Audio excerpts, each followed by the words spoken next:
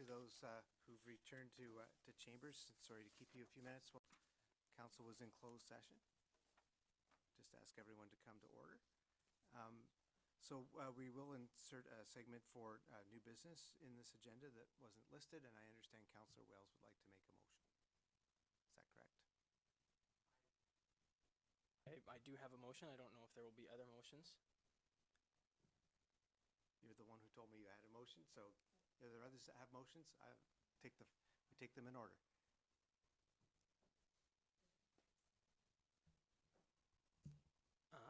I'm happy to put my motion forward. If there's other motions, we can entertain them. Or it can be amended, or whatever needs to happen.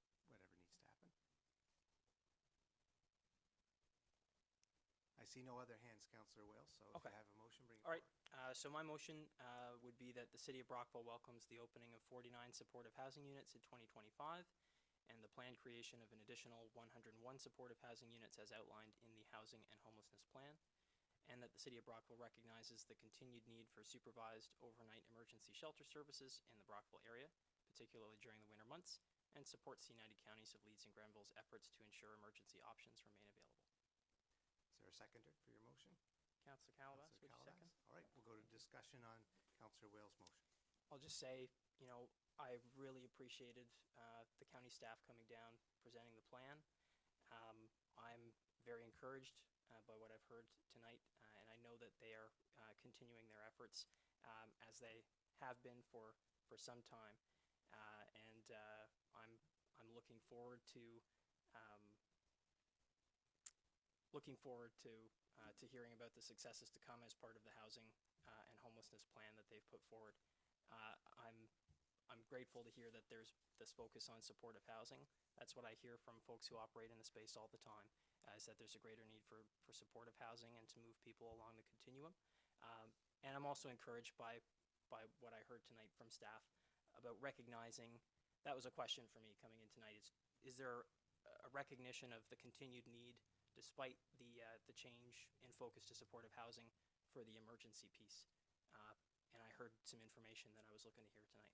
So that's why I've put this forward. I figured we should say something to the effect of thank you for coming and explaining the plan, and we stand in support of their efforts. Thank you. Thank you. Further discussion, Councillor Severson? After hearing and seeing Councillor Wales' motion, does that supersede the fact that I can no longer present my motion, or does it, no? We can't have two main motions on the floor at once, but... Right, no, I'm not going to make my motion right now, but if we pass this motion, I can still make my motion. Absolutely. Thank you. Any further discussion?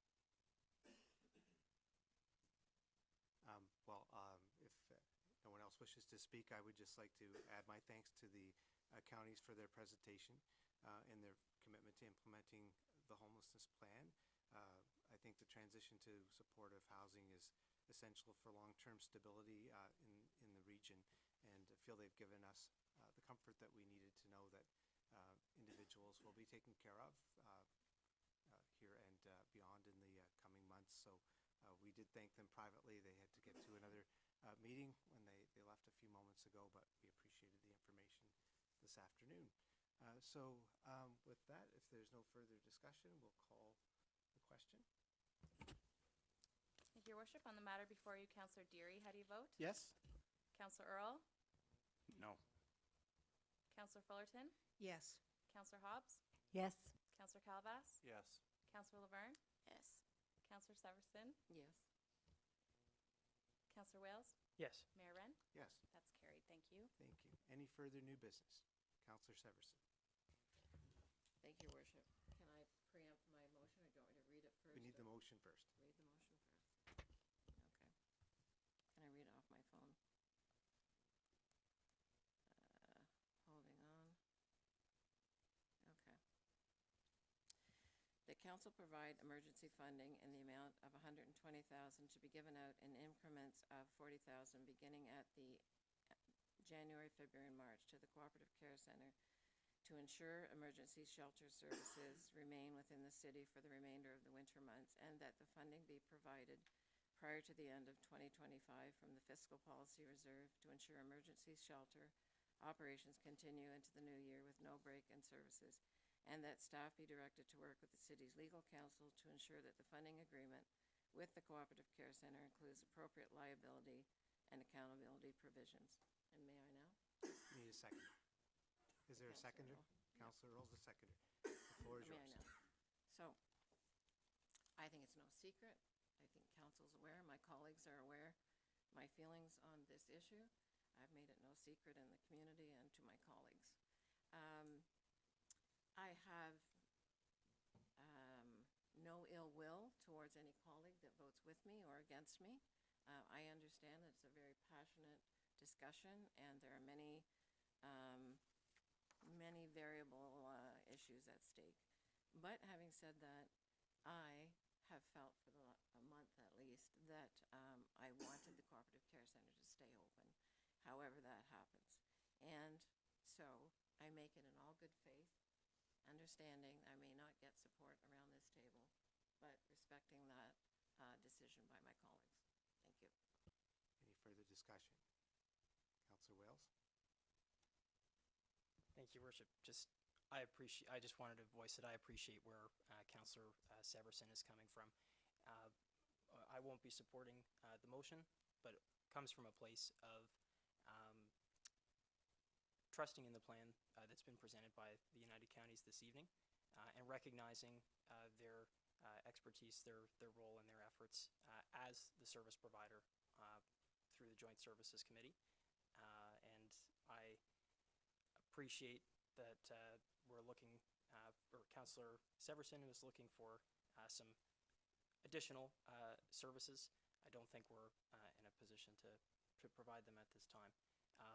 But also to reiterate, doesn't mean that I don't think that the Cooperative Care Center has done a wonderful amount of good in the community, and certainly doesn't reflect a lack of support for the Cooperative Care Center. Thank you. Any further discussion? Councillor Earl? Yeah, when the vote comes on this, I will abstain, not because I don't support the people, the Cooperative Care Center. And it's not because I support the counties. It's not because I don't support anybody else.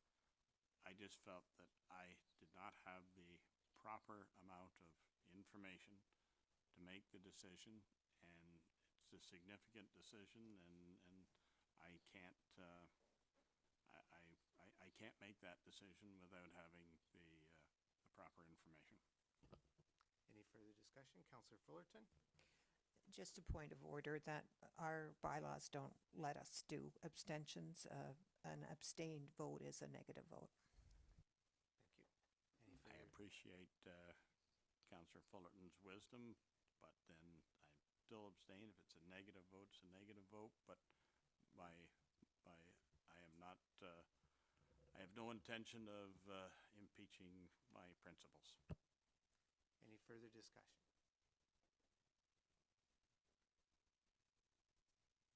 Nothing further? I do just want to thank Councillor Severson for being the driving force along with Councillor Wales to this meeting happening tonight. As you know, I've worked very hard at the Joint Services Committee throughout the term, but specifically on this issue. I argued very forcefully for the Joint Services Committee to recommend to County Council that there be an extension provided to get through the winter. And as you all know, the support was not there. That being the case, United Counties is the designated service manager for housing and homelessness. They receive the provincial funding, and they hold the mandate to provide these services. And they have presented a plan that outlines how emergency shelter needs will be provided in our community over the coming months. I'd just be very concerned if Brockville were to step in with municipal funding. We'd be creating a parallel system that duplicates the county's responsibility and adds an additional financial burden on our local taxpayers that is just not sustainable nor consistent with how the services are meant to be delivered. So unfortunately, I would not be able to support the motion, but I do so with confidence in the additional services that were explained to us this afternoon, that anyone requiring help this winter will receive it. If there are no, Councillor Severson, if you'd like a last word before we call the question. The last word, there used to be a show about that. I just wanted to comment on a comment that you made, Your Worship, that taxpayer dollars, and believe me, I struggle with that as well. Misuse of taxpayer dollars, so to speak, but